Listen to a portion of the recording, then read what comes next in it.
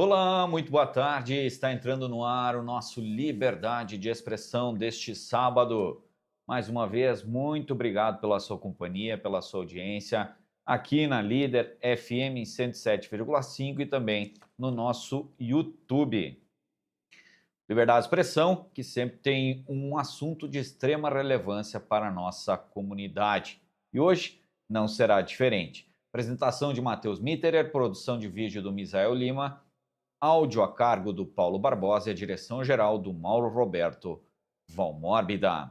E olha só, gente, hoje o nosso Liberdade de Expressão vai, de certa forma, debater os prós e os contras desta proposta de emenda à Constituição, a PEC, que está tramitando no Congresso Nacional, a chamada PEC 6 por 1, a escala 6 por 1, obviamente, que é hoje, né, que está em vigor, mas alguns parlamentares, o governo, quer algumas mudanças. E para isso eu recebo a doutora Lisiane Vieira, juíza do trabalho aqui para a região de Uaçaba, e também o Jorge Ronaldo Pull, presidente do Sindilojas, Sindicato do Comércio Varejista do Meio-Oeste Catarinense. Primeiramente, vamos dar boas-vindas à dama. Boa tarde a Boa tarde, todos, é um doutora. prazer estar aqui.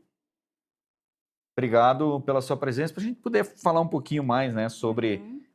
essa PEC. Jorge, obrigado também. Obrigado, Matheus. Meus cumprimentos a todos os ouvintes da Rádio Líder. Cumprimentar a doutora Aliciane. É uma satisfação estar novamente aqui nessa emissora para conversar e discutir sobre um assunto que é do momento e que é de extrema importância tanto para a classe empresarial como também para os trabalhadores. Doutora, como é que vocês da Justiça do Trabalho veem essa PEC, né, essa proposta de emenda à Constituição, né? Quando a gente fala em PEC, ela muda a Constituição, então ela Exato, é diferente de outras leis, né? exato. Então, hoje o que que a gente tem? A Constituição fala que a jornada máxima é de 44 horas semanais. E a legislação infraconstitucional, que é uma lei, chama 605 de 49, estabelece o repouso semanal remunerado de um dia por semana, né, mais feriados. Essa proposta, o que que ela objetiva? Reduzir a jornada para 40 horas semanais e ela sugere, então, uma jornada, essas 40 horas distribuídas em 5 dias por semana. Então, jornada de 8 horas diárias durante 5 dias e 2 de repouso. Claro que ela prevê também as exceções, né? Aquelas empresas que precisam funcionar nos 7 dias por semana, então existem as exceções ali, mas a regra seria uma jornada de 40 horas semanais. Então, sai de 44 para 40. Essa é a grande mudança que está na proposta. Como que a gente vê? Quando eu fui convidada para esse debate, eu deixei muito claro, né? A justiça, a princípio, ela nesse tipo de situação, ela prefere fomentar o debate entre as partes que são as diretamente envolvidas, então os trabalhadores e os empregadores, porque sim, isso vai ter um impacto no emprego, né? Sim. Então, os dois lados precisam chegar num ponto de equilíbrio. Então, esse é o papel primeiro do judiciário. Doutora, hoje então é 6 por 1, 6 dias trabalhados, um de descanso remunerado, Exato. tá? É o domingo, né? Pode ser domingo ou pode ser outro dia por semana, outro dia da semana, né? Mas isso é conforme com convenção coletiva? É conforme contrato ou convenção coletiva, né? Hoje há uma maior liberdade nesse sentido. Então ele tem o dia de descanso remunerado. Exato. Feriados, caso trabalhe, aí tem A remuneração em dobro ou uma folga compensatória, né? Então, o repouso semanal, ele é em um dia por semana, preferencialmente ao domingo, e em feriados. Isso é essa lei 605 de 1949. Então, a proposta é para ser 2 dias, né, remunerados. Isso aí depende também se sábado, domingo.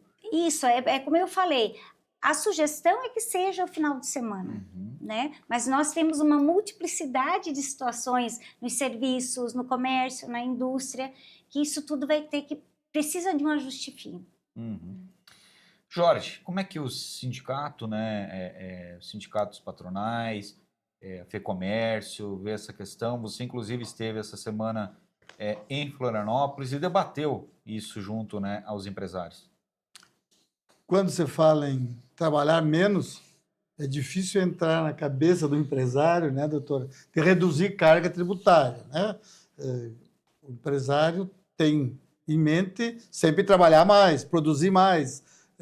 Então, é uma discussão realmente que é bem difícil de se fazer. A gente sabe da questão do trabalhador, que quando da proposta do governo para fazer o encaminhamento dessa PEC, claro que se procurou justificar para que o trabalhador possa ficar mais tempo com a sua família, possa ter um melhor lazer, né? Mas num país que ainda está em processo de desenvolvimento, que muita coisa ainda precisa ser feito para a gente ter um equilíbrio social maior, realmente é uma discussão que é difícil de a gente fazer junto à classe empresarial. Muitos reagem muito negativamente. O impacto que essa redução possa ter, claro que varia de atividade para atividade. Algumas atividades econômicas têm um impacto menor, algumas empresas têm um impacto maior do que outras. É uma discussão realmente complexa de se fazer. Claro que tudo aquilo que aumentar o custo para as empresas automaticamente será repassado para o consumidor. Quer dizer, o empresário que sabe fazer custo para aí atingir e fazer o preço de vendas, ele vai embutir no seu custo tudo aquilo que a empresa tem de desembolso. Se tiver que ou contratar mais funcionários ou pagar hora extra para conseguir manter a mesma turma, porém pagando um diferencial, claro que isso vai aumentar o seu custo e esse custo vai ser repassado para o produto. Então, a discussão que se faz é como equilibrar isso, Matheus. Como nós dar uma condição melhor de vida para o trabalhador e, ao mesmo tempo, não ter uma situação que ele, na hora do lazer, vai pagar mais porque ele está trabalhando menos. Então, é uma discussão que a gente está fazendo. A área do varejo, por tudo aquilo que a gente já estudou, vai ter impacto, sim. Outras atividades, a gente sabe, e como foi colocado aqui, questão de feriados e tudo, que precisam funcionar 24 horas por dia, não tem como aplicar 5x2 e nós vamos fechar a emergência do Hospital Santa Terezinha ou vamos deixar a Polícia Militar sem trabalhar. Então, assim, algumas atividades econômicas, né? Claro, também tem um estudo, né, doutora, das atividades, quantos milhões de trabalhadores já fazem 36 ou 40 horas no Brasil. Então, assim, tem um número significativo, inclusive de indústrias que já fazem só 40 horas. Tem muitas indústrias que não trabalham no sábado, né? A não ser algumas que, por exemplo, as empresas do agronegócio, os frigoríficos que a gente tem na região, têm determinados períodos que eles trabalham por conta da exportação, 24 horas por dia, em função da exportação e tudo isso, mas já tem um segmento bem significativo de trabalhadores que já fazem 40 e alguns, como funcionários públicos, por exemplo, que fazem 36 horas, né? Essa chamada semana espanhola, né, que é de segunda a sexta, só de segunda a sexta, distribui as 44 horas, né, de segunda a sexta, é muito comum na construção civil, na maior parte das indústrias. O que esse projeto aqui impacta muito é no comércio e nos serviços, e principalmente no pequeno, tá? Então, assim, acho que você tem, né, Jorge, uns números, né? A Confederação Nacional do Comércio até fez um levantamento bem significativo, onde demonstra que empresas com acima de 1.000 funcionários na área do varejo, o impacto chega a 0,4% só no seu custo. Já uma empresa com 4 funcionários impacta em 19%. Né? Por quê? Porque as empresas maiores elas têm condições de fazer uma escala de revezamento e aí facilita com que se possa fazer com que o trabalhador, dentro do que poderá prever, se aprovada a legislação, das 40 horas, sem impactar muito. Agora, a empresa que tem 5 funcionários, ela não tem como mudar esse funcionário. Se ela quiser ficar aberta naquele horário que o comércio em geral fica, ela vai ter que pagar hora extra ou contratar mais um. Se nós vivêssemos um momento de falta de empregos, essa era uma legislação que vinha a calhar. Por quê? Porque aí você ia contratar mais alguém. Só que hoje, pelo menos na nossa região, né, doutora, a gente vive uma escassez de mão de obra em todas as áreas praticamente, né? Ou seja, então, há emprego, mas não há mão de obra. Exato. Então, o que vai acontecer? A pequena empresa vai ser obrigada a pagar hora extra para o seu trabalhador para ter ele durante esse período, ou contratar alguém, e isso vai impactar no seu custo, né? Ou infelizmente, né? Eu digo isso, isso tem que ser muito bem conduzido, porque já tivemos períodos em que...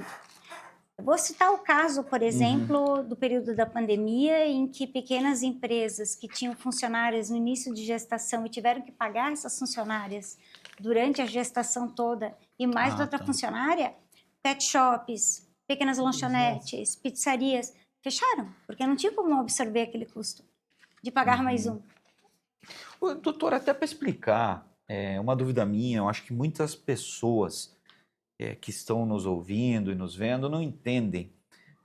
Qual é o custo hoje de um funcionário para uma empresa, por conta da lei, por conta de todas as obrigatoriedades, os encargos? Isso. O Jorge até vai poder falar junto comigo aqui, mas enfim, além do salário, né, a empresa tem... Mas vamos chutar um número aí, sei lá, o empregado ganha 5 mil, que é o teto agora para um pouco por abaixo imposto do de teto. renda. Tá, 5 mil. Sim. Aí tem a contribuição previdenciária, né? Que depende da atividade econômica da empresa. Se é uma empresa, por exemplo, enquadrada no Simples Nacional, ela não paga a parte patronal do INSS. Então, mas se não for? Se não for, então 20% sobre a folha de INSS, dá em torno de 5% os chamados terceiros, né, doutora? Terceiros, que é SESC, SENAC, para quem é do comércio, mais o SEBRAE, mais seguro acidente de trabalho. Né? Só ali já dá 25%. Assim, tem cálculos de empresas especializadas, principalmente na área da construção civil, que na segunda-feira tem um índice maior de pessoas que não vêm trabalhar e que muitos vêm com atestado, coisa assim. Então, o custo chega a mais de 100% no decorrer de 12 meses, se nós levar em consideração os atestados médicos, as faltas... férias, 13º, tem as férias, FGTS, né, tudo isso, né, soma, né, pode chegar a 100%. Claro que... Ou seja, custa 5 mil para a empresa, ele custa 10. Pode chegar a 10. E num período de 12 meses, levando em consideração todos esses fatores, dos tributos, das possíveis faltas, tudo ele tem estudos que, dependendo da atividade econômica, pode chegar até mais de 100%. É bem assim, é uma situação que, pro lado do empresário, realmente pesa bastante, né?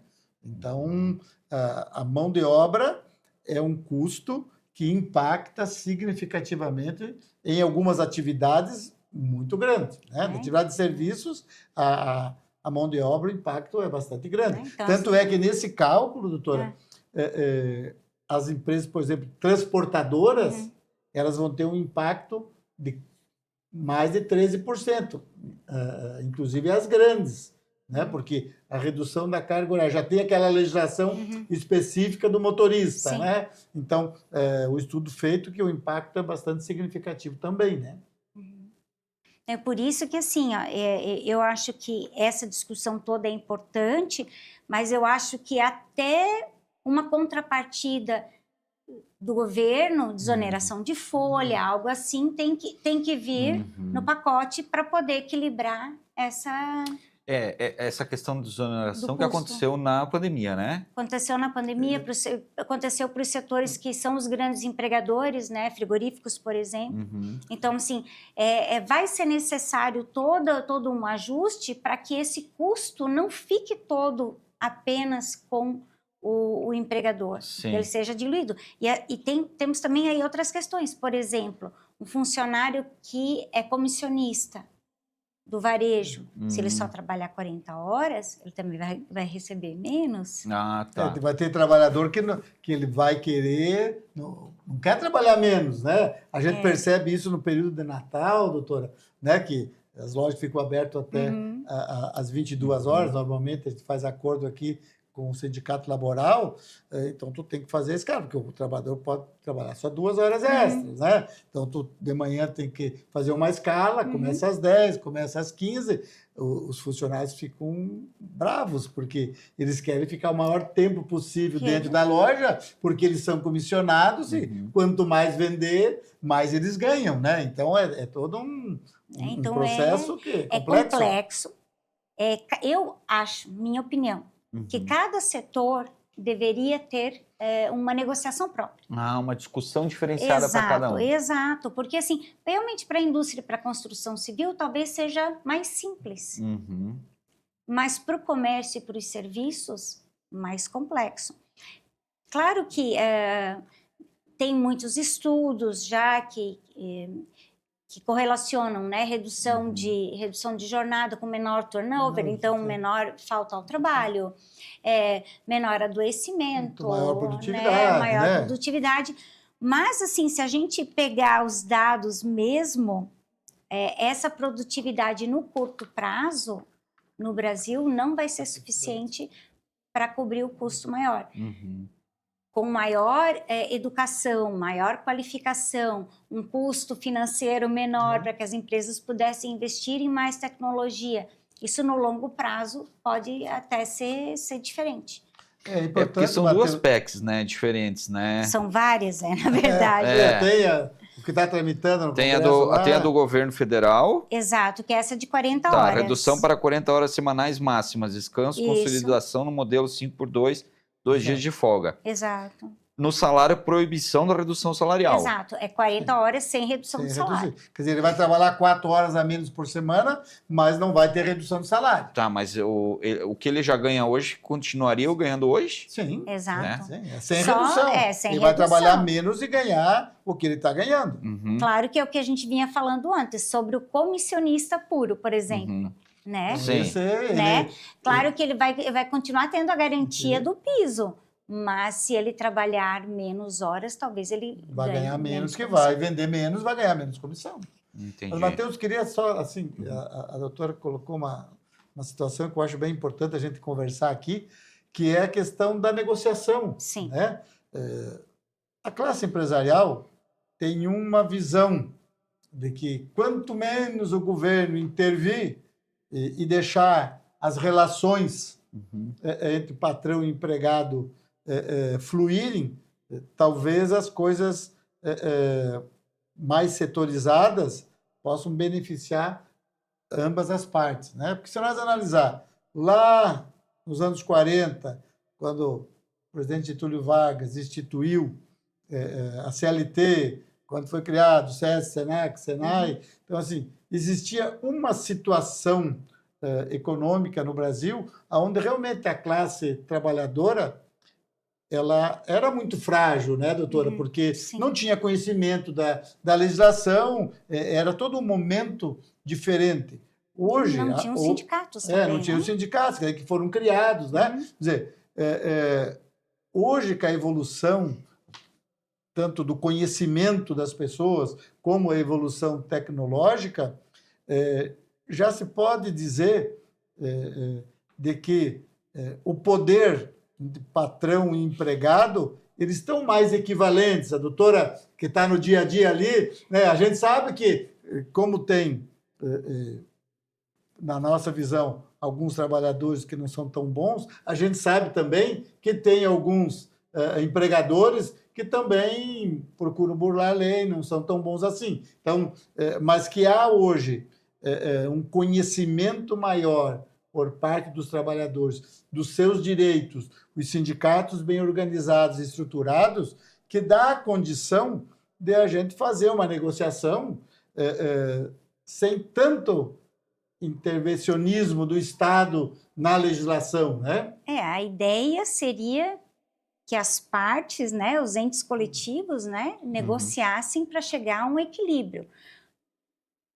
O papel do judiciário como um mediador, né, facilitador, né, mas que essa conversa, que esse equilíbrio fosse realmente encontrado nos setores, porque é muito difícil você estabelecer algo padrão para situações tão diferentes, né? A grande indústria e o pequeno comércio, né?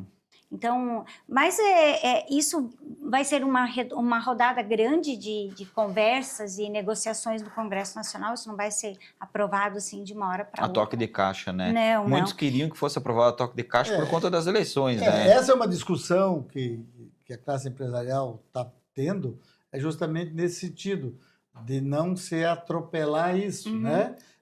Principalmente no ano eleitoral, que infelizmente no Brasil as coisas se jogam muito, né, por conta da política. Fluem de uma forma que a gente não gostaria que fosse, né? Mas a expectativa que nós temos é que isso vai acabar sendo aprovado esse ano ainda. O presidente da Câmara dos Deputados vai botar na pauta e a gente tem dito, né? O deputado federal, entre o proprietário da empresa, que são 2 ou 3, e os 1.000 colaboradores que ele tem, o deputado federal vai pensar nos 1.000 trabalhadores, nos votos dos 1.000 trabalhadores. Tá. Então, esse não é o legislador do Brasil. Não que naturalmente ele esteja pensando no emprego dos 1.000, assim, ele está pensando nos votos dele. Mas esse é o momento que se vive no Brasil e a gente não pode fugir disso. Então, o que a classe patronal está fazendo é conversando bastante, a Confederação Nacional do Comércio, que tem um trânsito muito bom no Congresso Nacional, tem conversado, tem colocado as demandas dos empresários de todo o Brasil, principalmente ligado ao varejo e aos serviços, para ver se a gente consegue ter uma legislação mais equilibrada possível, para que a gente possa dar continuidade aos negócios, que as empresas estabelecidas, ainda hoje o Matheus participou de um evento onde a gente fez uma campanha, está iniciando uma campanha, comércio local é legal, doutora, né? Justamente no sentido de motivar a população a fazer as suas compras no comércio da sua cidade, da sua região, porque a concorrência das vendas online é muito grande, né? E os pequenos negócios, especialmente, estão começando a sentir assim um baque bastante grande. Então, a gente precisa movimentar isso e a gente não quer que mais uma lei possa dificultar ainda mais o dia a dia do nosso, principalmente, pequeno empresário. Esse assunto ele já vem de tempos, né? Muito tempo já sendo debatido dentro do Congresso. Porque eu estou vendo aqui, ó, o projeto de lei agora é de abril de 2026, né? Do governo federal. Mas há uma PEC de 2019, a PEC 221 do Reginaldo Lopes, que propõe a redução gradual para 36 horas semanais ao longo de 10 anos. Então é um projeto que já vem há muito tempo. Sim. Na verdade, é uma discussão mundial, né? Nos países da Europa isso já aconteceu, já houve a redução. Só que lá, assim como nos Estados Unidos, a negociação é mais setorizada, é mais a nível de empresa, é mais a nível de sindicato. E há uma diferenciação também na questão do pagamento. Nós aqui é mensal, né? Lá em alguns países europeus e nos Estados Unidos é semanal. É semanal, o pagamento por produção também, ele é ou por hora, né? Uhum. é mais frequente, então é muito diferente. Uhum. Quando a gente compara produtividade por hora, né, no Brasil, na Índia e na Dinamarca, a gente vê, eu tenho até esse dado aqui, que é um dado bem interessante, ó. Dizia o seguinte, ó, aqui no Brasil, o brasileiro trabalha em média 38,5 horas por semana e a produtividade é de 21,2 dólares por hora. Na Uhum. Índia, 45,7 horas por semana, a produtividade de 10,8 dólares por hora, metade, Uhum. menos da metade até.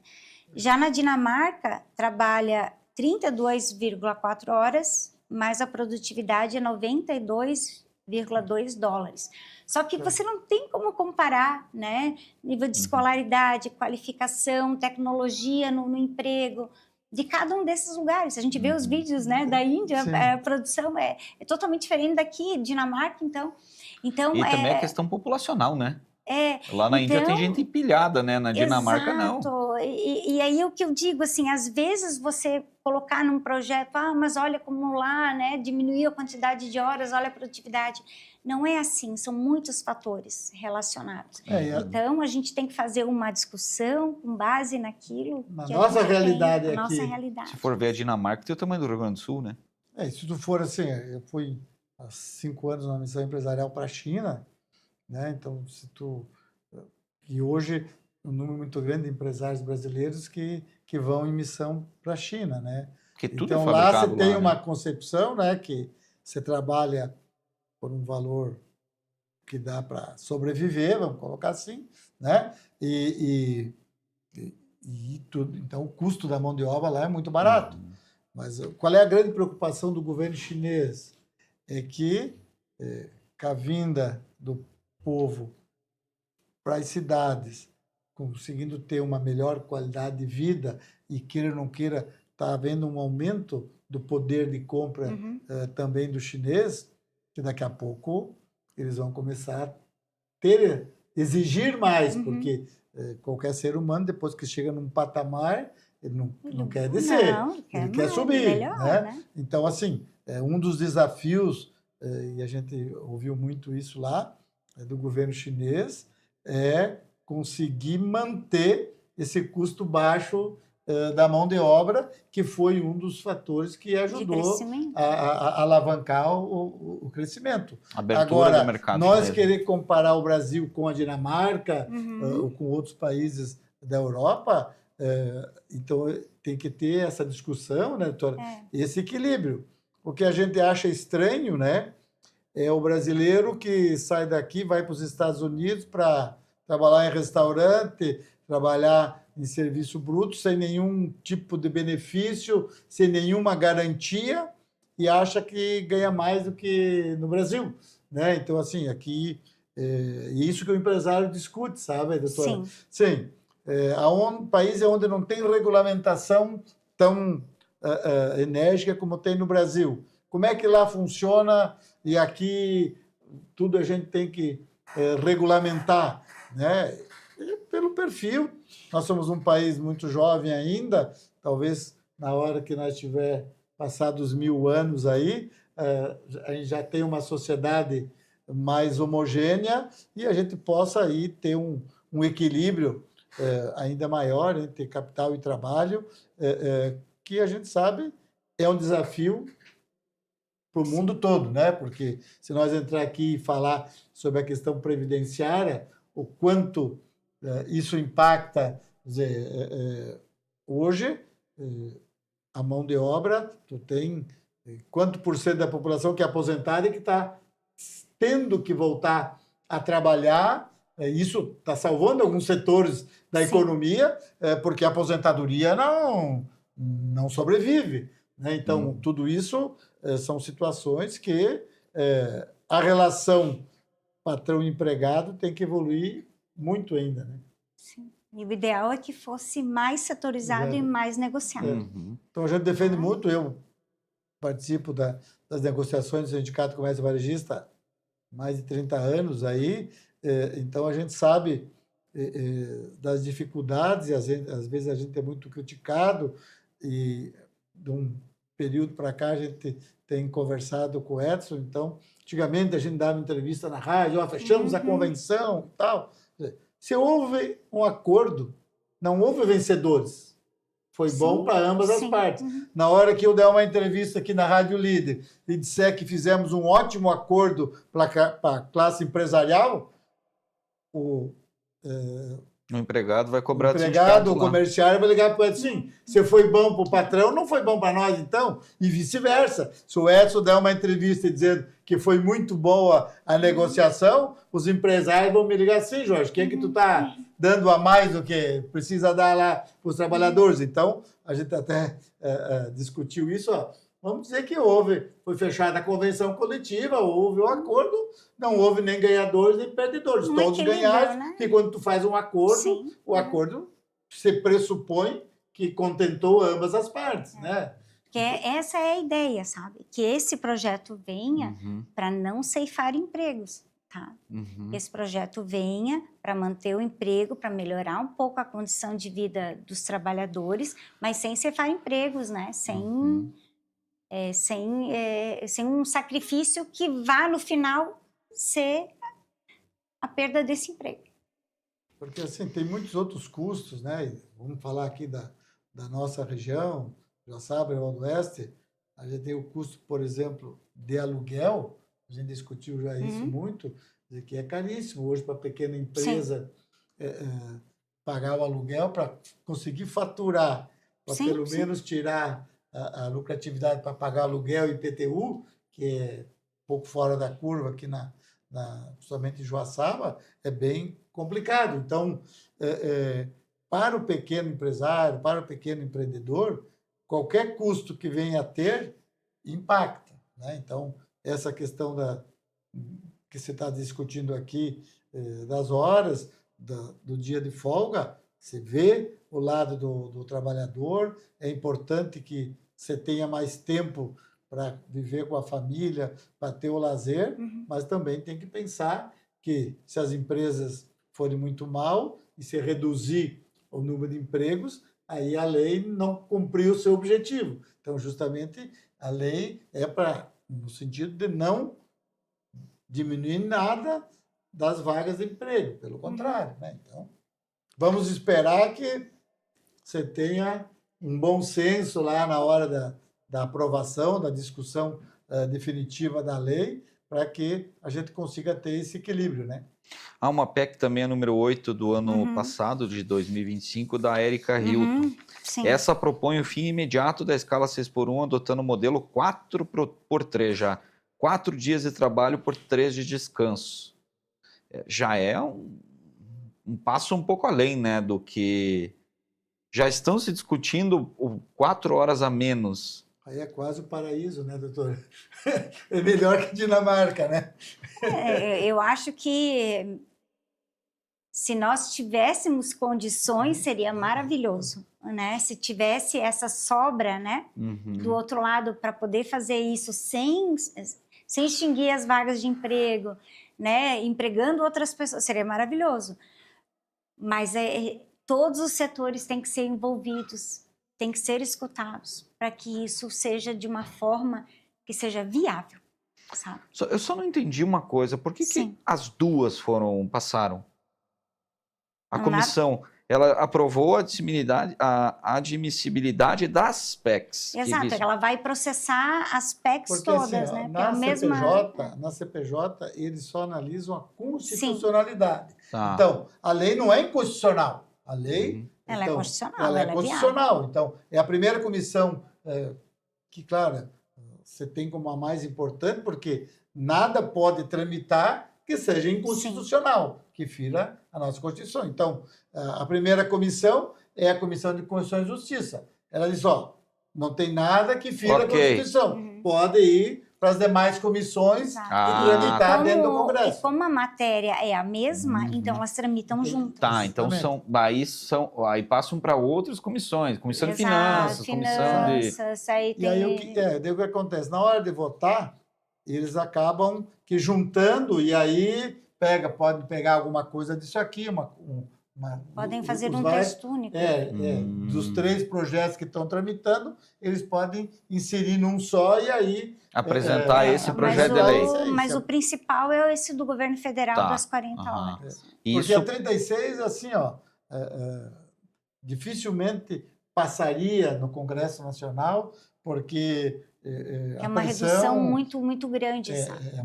mesmo que a deputado que 10 anos, assim, a gente tem um temor muito grande, como está na reforma tributária, até 2033, a gente que lida com isso todo dia, no Brasil, tudo que tu faz a longo prazo, corre-se o risco de que chegue na metade do caminho, se mude o governo e se algumas coisas acabem mudando, e aí tu acaba perdendo o efeito lá daquilo do início. A gente já está vendo aí que tem candidatos a presidente da República dizendo que vai mudar algumas coisas da reforma tributária se eleito for. Quer dizer, tudo aquilo que se planejou durante 2 anos, que está já iniciando a se fazer, se chegar a partir de 2027 mudar ou postergar a vigência, vai quebrar todo um processo, um planejamento que se tem desde o início, né?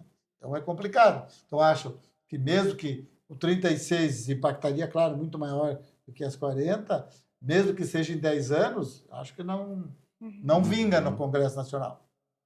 E com relação a essa situação, então, né, pode-se haver também emendas dentro do próprio plenário, Sim, né? sim. Pode.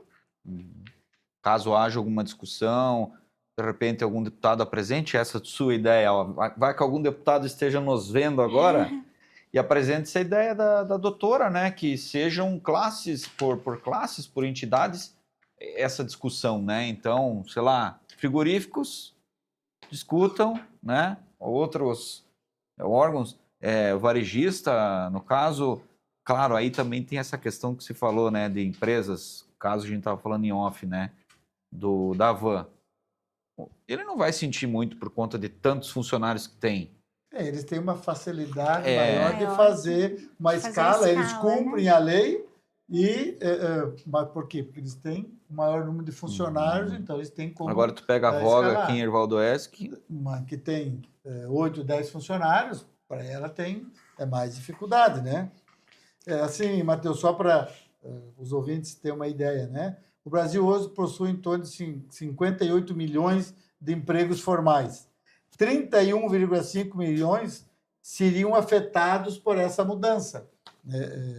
Então, você veja, nós temos em torno de 20 milhões, 25 milhões de trabalhadores que já fazem menos de 40 horas, de 44 horas, aliás, né? Então, seria afetado em torno de 30, em torno de 30, 31 milhões, né? Quer dizer, do comércio varejista, 93% seriam impactados, porque no comércio varejista e também no atacado, 92%.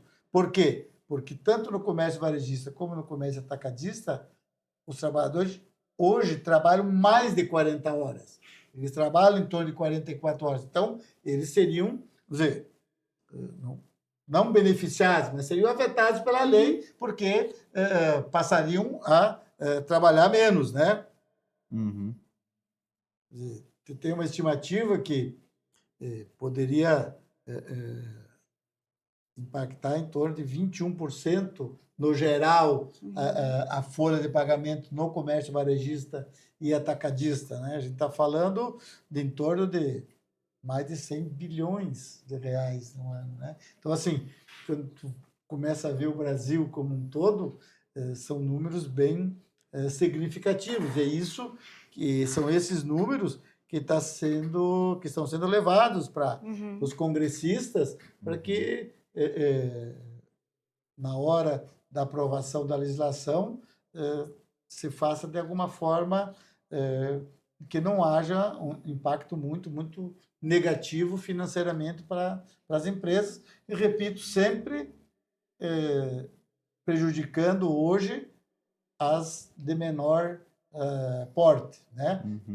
Mesmo que elas tenham um custo reduzido na parte previdenciária, mas a questão trabalhista tanto a BRF como a lojinha que tem 3 funcionários, a relação de trabalho, os custos são os mesmos. Dentro, claro, da sua atividade econômica, os direitos do trabalhador em nada são mexidos, são diferentes, né? Por isso é aquilo que foi comentado. Talvez uma medida compensatória seria a redução de alguma coisa, de previdência. Só que Um tributo, algo, né? quando você fala em reduzir a previdência, a gente já sabe do rombo que você tem na questão previdenciária, então isso dificilmente você vai discutir alguma coisa nessa questão previdenciária. Teria que ser de uma outra forma, de um outro tributo que houvesse uma compensação aí para as empresas que vão ter um aumento de custo. E esse aumento de custo, o que vocês não querem é que seja repassado, então, para o consumidor e também que não haja um desconto ao trabalhador, né? Essa é a grande questão, né? Pela proposta, não vai haver a redução de salário, né? Então, assim, se é um trabalhador que ele tem um salário mensal, não vai haver essa redução de salário. Qual é o risco? É esse custo ser jogado por produto ou por serviço, ou que haja um desemprego, né? Ou realmente empresas fechem. Existe esse risco, né? Principalmente para os pequenos. Então, se eu não conseguir pagar, eu vou fazer o quê? Eu vou fechar. Eu não consegui manter minha empresa, né? Agora, se eu conseguir manter a empresa, o que eu vou fazer? Eu vou repassar esse custo para o meu produto. Então, o produto que custava 10, então vai custar 10,50, porque eu vou ter que incluir esse período a mais que eu estou pagando para o meu trabalhador, que vou ter que tirar a mais do que ele está ganhando hoje, se ele trabalhar as mesmas horas. Um funcionário que hoje trabalha 44 horas, ganha R$2.000, ele vai trabalhar 40 horas ganhando os R$2.000. Se ele trabalhar as 44, eu vou ter que pagar 4 horas extras para ele. Então, o meu custo em relação a esse trabalhador vai aumentar. Aumentou o meu custo, eu repasso o meu custo para o meu produto. Você que vai lá comprar de mim vai pagar um pouquinho mais caro. Mesmo esse trabalhador que está ganhando um pouquinho mais, ele vai pagar um pouquinho mais daquilo que ele for comprar no comércio ou um serviço que ele for adquirir. Mas já há algumas diferenciações, né? A gente vê, vamos lá, pelo setor de comunicação, que é o nosso aqui.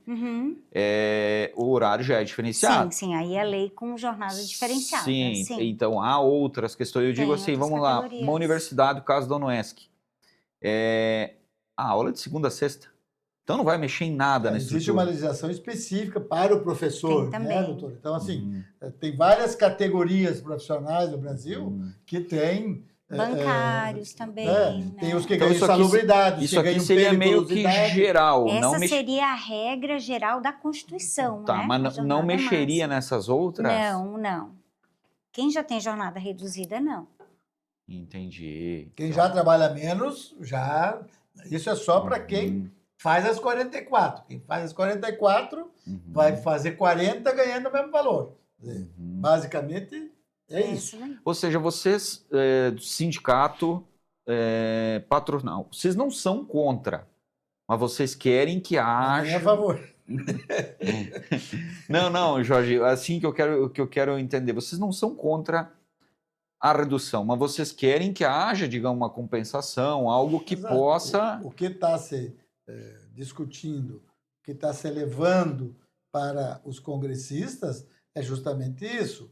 É mostrando números, dizendo o quanto isso vai impactar economicamente nas empresas e, claro, tudo aquilo que a gente puder fazer no sentido de compensar esse aumento do nosso custo pela redução de algum tipo de tributo, pela simplificação de alguma coisa que venha reduzir custo para a empresa, é nisso que nós estamos brigando. Se nada disso tiver um efeito, claro que vai aumentar o nosso custo, nós vamos repassar para o produto e para o serviço e vida que segue. Quer dizer, não tem muito o que fazer. Está se procurando mostrar Isso, a princípio, a gente se colocou, claro, contra qualquer tipo de modificação, mas em ela acontecendo, é evidente que cada empresa vai ter que se amoldar à nova regra e ver dentro da sua situação. Pode ter a empresa que não vai impactar, não vai aumentar, não vai ter nada. Vai ter outras, não vou mudar no meu preço de vendas, vou absorver esse custo e tudo certo. Mas, em tese, a classe empresarial ela não é a favor de redução de tempo de trabalho. Essa é a regra. O empresário não pensa em reduzir. Muito bem. Esse é um assunto que acreditamos, como a doutora espera, que seja bastante discutido, Sim, né? exato. E não seja toque de caixa por conta do período eleitoral, né? Exatamente.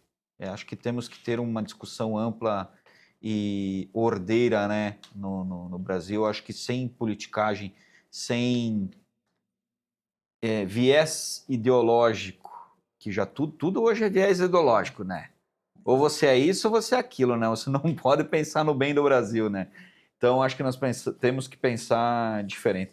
Gostaria de agradecer, acho que esse é o intuito do nosso Liberdade de Expressão, é um programa que a gente busca levar para o nosso ouvinte, para o nosso internauta, né? Quem acompanha no YouTube, no nosso Facebook, no nosso Instagram. É esse tipo de assunto que eu acho que molda a sociedade, que tenta levar um pouquinho mais de esclarecimento para quem não tem condições, né, de saber tudo o que acontece. Doutora, muito obrigado. E eu gostaria que a senhora deixasse. O nosso programa Liberdade de Expressão, ele vai no sábado. Então, será dia 2. Recado para o trabalhador, pelo seu dia do trabalho passado. Então, importância do trabalhador também. Sim, o dia 1º de maio, ele é o Dia do Trabalhador, ele é um dia de festejar, né, os direitos e toda a caminhada, né, que os trabalhadores tiveram de reconhecimento de direitos e de garantias. Queria aproveitar também, lembrar o dia 28 de abril, que é o Dia em Memória às Vítimas de Acidentes de Trabalho, né, que em memória àqueles que perderam a vida, né, para que a gente aprenda com o que aconteceu e não tenhamos outras mortes, né. E é isso. Gostaria de agradecer, então, doutora, muito obrigado mais uma vez pela sua disponibilidade, né? A gente sabe que a Justiça do Trabalho a senhora tem vários afazeres e deu esse espaço para a gente conseguir conversar aqui. Jorge, obrigado você também. Muito bom também ouvi-lo, né? E saber um pouquinho mais sobre o pensamento do empresário, do patrão, de como ele vê essa situação, né? Eu também, Matheus, agradecer aí a Rádio Líder, a toda a direção, a você, por essa oportunidade. Para mim foi uma satisfação estar aqui com a doutora Elisiane. Dizer que dia 1º de maio é o Dia do Trabalho e o empresário também é um grande trabalhador, né? Trabalha tanto quanto, né? Acho que o avanço que nós tivemos no Brasil, desde a edição da consolidação das leis do trabalho, com o Getúlio Vargas e tudo que se avançou até agora, a Justiça do Trabalho, eu sou da época, doutora, da Junta de Conciliação e Julgamento, né? Onde tinha o juiz ali, um representante dos empregados, um representante Mas eu também sou dessa época, comecei então, na Junta ainda. Onde realmente ali você fazia uma negociação, sim, né? E mesmo a Justiça evoluiu, né?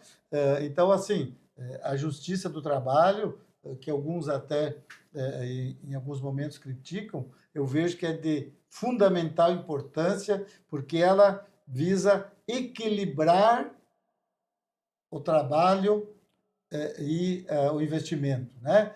É importante que o empresário tenha consciência daquilo que o trabalhador representa, porque sem o trabalhador as empresas não funcionam. Exato. Se não tivermos empresa, o trabalhador não tem como sobreviver. Então, capital e trabalho têm que andar juntos e a Justiça do Trabalho está aí para justamente fazer esse equilíbrio, né? E, claro, nós sempre vamos estar, de um lado, defendendo o empreendimento, defendendo aquelas pessoas que querem empreender no Brasil, né? Que, além das questões trabalhistas, tem as questões tributárias que são terríveis, Complexas. as questões burocráticas, e a gente que está no ramo sabe do quanto é difícil hoje iniciar um negócio no Brasil, gerar emprego, gerar renda, né? Então, acho que foi uma conversa muito bacana, Matheus,